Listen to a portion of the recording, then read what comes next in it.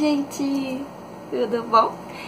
Então, no nosso terceiro vídeo nós vamos falar sobre a recomendação do dia, que é uma saga de videozinhos que eu vou fazer uma crítica literária e uma recomendação literária ao mesmo tempo, ok? Ok. Então, eu vou recomendar dois livros ao mesmo tempo hoje, e ao mesmo tempo uma escritora em geral, que é essa pessoa maravilhosa chamada Lígia Palchunga. Eu amo muito essa mulher, vocês não são. Eu acho que eu tô falando o nome dela, sabe? Eu não tenho certeza. Enfim, eu trouxe esses dois livros dela. Esse aqui, que é A Bolsa Amarela, e Os Retratos de Carolina, que eu li ano passado, recentemente. Bom, enfim, a Lígia, vamos falar um pouco sobre a Lígia, que é essa pessoa maravilhosa aqui. Ela, vocês perguntam, ela ainda é viva, tá? Ela tá em torno de uns 80, 90 anos, mas ela tá viva. Eu espero não ter deixado ela muito velha. Às vezes você pode ficar ofendida. Enfim. A Lígia, além de ser escritora, ela também já foi atriz, ela trabalhou na rádio, na televisão e no teatro. E ela é casada com um inglês e atualmente ela mora no bairro Santa Teresa do Rio de Janeiro. A Lígia lançou ao torno de 20 livros e eles foram traduzidos para em torno de 20 idiomas, uma coisa muito difícil de acontecer com escritores aqui no Brasil. São poucos que conseguem pegar seus livros e serem eles traduzidos para outros países para que tipo, o resto do mundo conheça eles. Então, vamos pra ela. Vai ter consciência com você. Além disso, ela foi a primeira brasileira, primeira pessoa do Brasil a ganhar o prêmio Hans Christian Andersen, que é considerado o prêmio Nobel da Literatura Infanto-Juvenil, minha gente. Não é pouca bosta, não. Antigamente que... E meu vizinho tá fazendo uma coisa lá em cima. Obrigada, vizinho. Muito obrigada por esse barulho. Enfim. Geralmente quem ganhava esses prêmios era tipo eixo Estados Unidos, Europa e tal. Então ela foi a primeira brasileira a se botar nessa lista. Ok? Tipo, mano. Eu acho que quando ela soube disso, ela deve ter assustado muito. Porque se eu fosse ela, eu estaria tipo.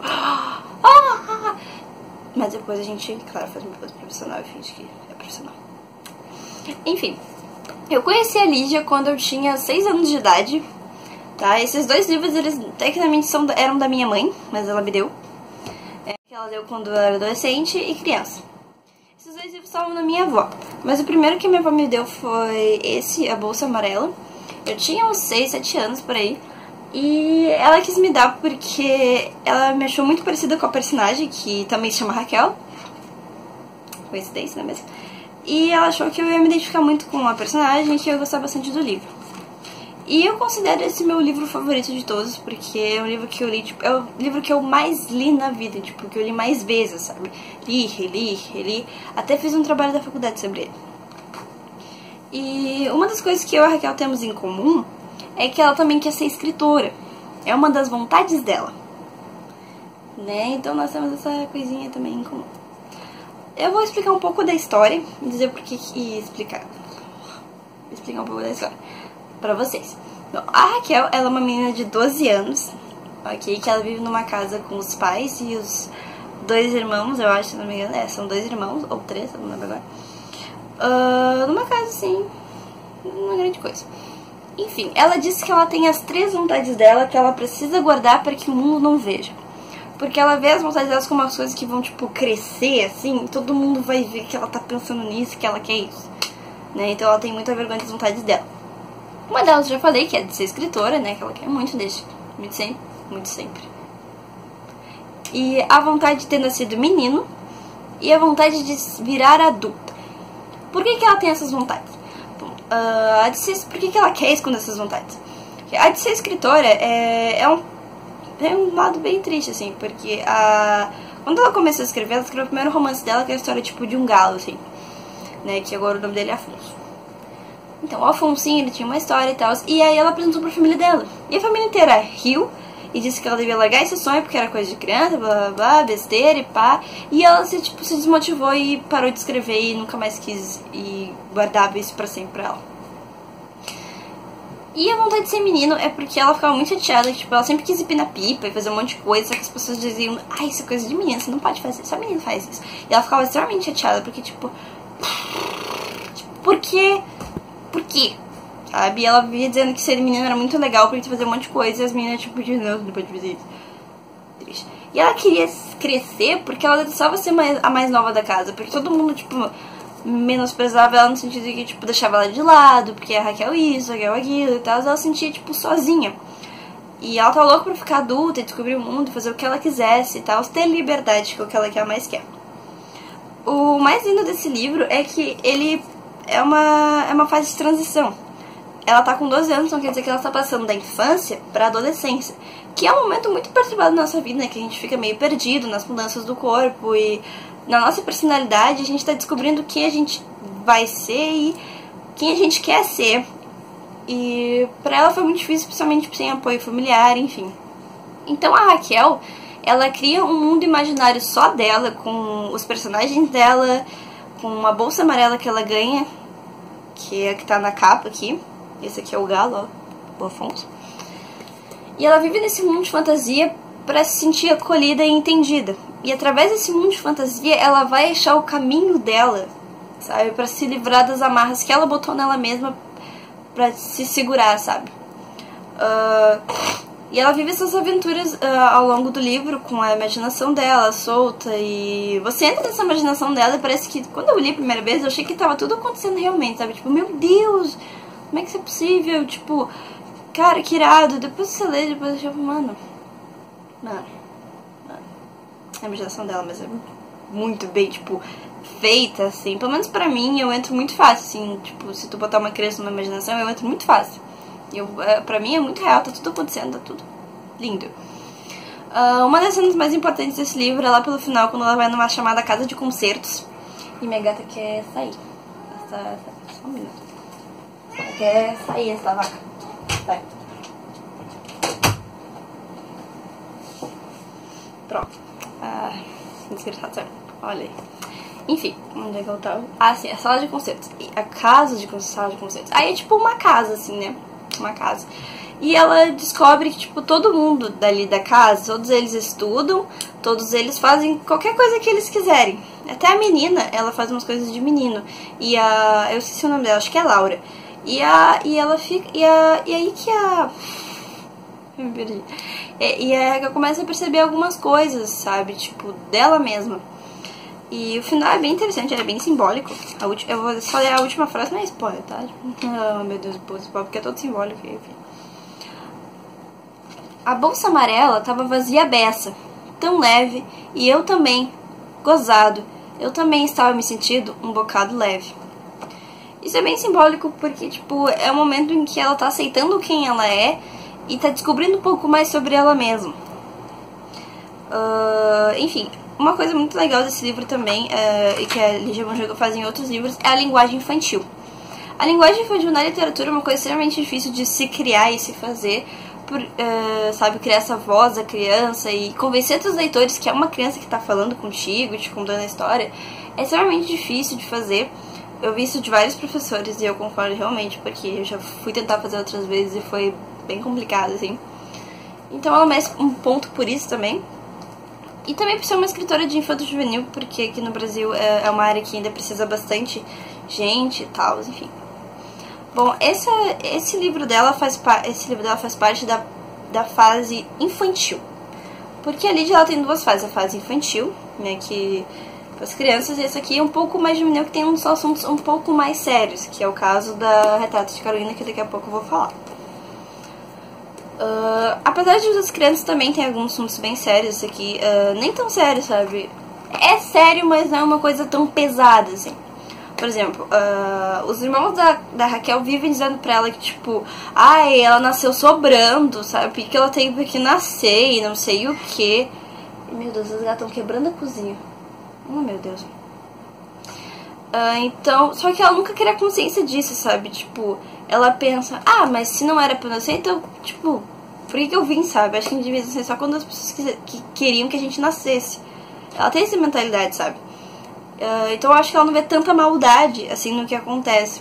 Pela inocência dela, que eu fico muito feliz, porque é realmente pesado como eles tratam ela e tudo mais. Por isso que ela tem essa fuga pro mundo imaginário. Agora, no Retrato de Carolina, que é a parte juvenil, ele é bem interessante, principalmente por esse título, Porque ele tem, tipo, um duplo sentido, assim. Por exemplo, ele tem várias fases. Por exemplo, a gente começa com ela com 6 anos e vai indo, tipo, até 23, por aí. Vai passando as duas fases dela, adolescência, a infância, a adolescência e a vida adulta. Essas 3 fases da Carolina e aos seus retratos. Tem duas interpretações que você pode tirar. Tipo, uma das interpretações é retratos. Realmente, quando tu tira uma foto, tu capta aquele momento da vida da pessoa. Só que sempre tem que ficar tirando mais fotos, porque a gente vai mudando à medida que os anos vão passando. Então seria tipo os retratos da vida da Carolina, sabe? Retratos das fases da Carolina. Entendeu? Sobre as fases da... Oi, desculpa, o vídeo cortou bem, sabe? Na hora. Desculpa. Enfim, dos retratos de vida da Carolina. O livro trata bastante sobre autonomia feminina, relacionamentos abusivos e aborto. São temas bem mais polêmicos e pesados, assim. Toda a vida da Carolina. E o livro também trata sobre descobrir quem você é. A mesma ideia da Bolsa Amarela é descobrir quem você é e quem você quer ser. Porque tem uma fase da vida da Carolina que ela se perde dos seus sonhos, dos seus objetivos, e ela fica sem luz. Ela precisa de alguém que puxe ela, essa pessoa acaba sendo o pai dela. E lá pelo final do livro tem uma interação muito interessante que a Lídia Bonjunga fez, que é entre a autora e a sua personagem. Eu já falei isso no meu Twitter e eu vou repetir aqui, que os personagens, ao contrário do que as pessoas pensam, eles têm vida própria. Eles fazem suas escolhas, às vezes eles são muito chatos e você vai ter que, sabe, aturar eles, mas eles são nossos amorzinhos e eles vivem, eles respiram, eles tomam decisões e a gente... Nossa, tremeu aqui. Enfim, e a Carolina, no caso, ela quer um final diferente pra ela. Ela quer uma continuaçãozinha melhor. E ela fica enchendo o saco da Lídia, toda tipo, ai, mas não sei o que, porque eu quero. E a Lídia tá tipo, não! Aí no final ela cria um spin-off, assim, no final dela, sobre o que a Carolina decidiu fazer com a vida dela depois do final de um monte de confusão que aconteceu.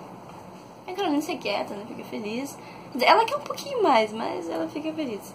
E no final é bem interessante, porque ela se despede da personagem. Porque quando você termina um livro, tanto quando você está lendo quando você escreve, você está se despedindo de personagens, dessas pessoas fictícias que te acompanharam por tanto tempo. Seja por um dia só ou meses de trabalho. E aí ela fala assim: mas não resisti, acabei me virando. Carolina continuava no mesmo lugar. A fisionomia dela estava resignada. Resignada não, serena, muito serena. Respirei aliviada. Levantei o braço e acenei com a mão. Esperei. Sem pressa, mas sem nenhuma hesitação, ela respondeu ao meu aceno, me dizendo também tchau. Ou seja, foi uma despedida, um fechamento do ciclo da Carolina com a Lígia. O que é uma coisa muito emocionante pra mim, assim, porque eu me sinto muito assim com os personagens e tal, sabe? Tem muitas coisas que eu criei, mas tem outras coisas que são escolhas deles, da vida deles, que aconteceu e eu simplesmente aceito, porque é a vida deles e eu não posso controlar tudo sempre. Enfim, uma coisa que as duas personagens desses dois livros têm em comum, a Carolina e a Raquel, são as transformações nas vidas das duas, né? Transformações de personalidade e tal. A criatividade, a curiosidade e a determinação. Sabe, são duas pessoas cheias de vida, com a cabeça nas nuvens, mas que vão, tipo, fazer muita coisa ainda, que vão deixar a gente de boca aberta. E eu acho que é isso. Esses são os dois únicos da Lídia que eu já li, a não ser o meu amigo pintor, mas ele vai ficar para outro vídeo, que é surpresa. Eu pretendo ler os outros livros da Lígia ainda, vai demorar um tempinho, mas quando eu conseguir ler assim um pouco mais, eu vou fazer um parte 2 desse recomendação e falar sobre os outros livros. Enfim, eu espero que vocês tenham gostado, né, que se vocês tiverem... Eu me atrapalho. Se vocês criaram algum interesse em ler esses livros, me conta aqui embaixo. Tá? Vamos dividir leituras. E me fala se vocês já leram outro livro da Lídia que não é sem esses dois, ou Meu Amigo Pintor. E me falam o que vocês acharam, me recomendem, assim, né? Que eu adoro quando as pessoas me recomendam e contam um pouquinho sobre o livro, que eu fico interessada. Enfim, obrigada por assistir até aqui. Me sigam nas redes sociais pra ficar sabendo por dentro de quando vai sair vídeo novo, quando sair vídeo novo sobre, e pra ler os meus textos, minhas poesias e tudo mais. E no Twitter, que eu falo algumas besteiras, mas umas frases legalzinhas também que são bem textos. Enfim, um beijo e até a próxima, pessoal. Tchau!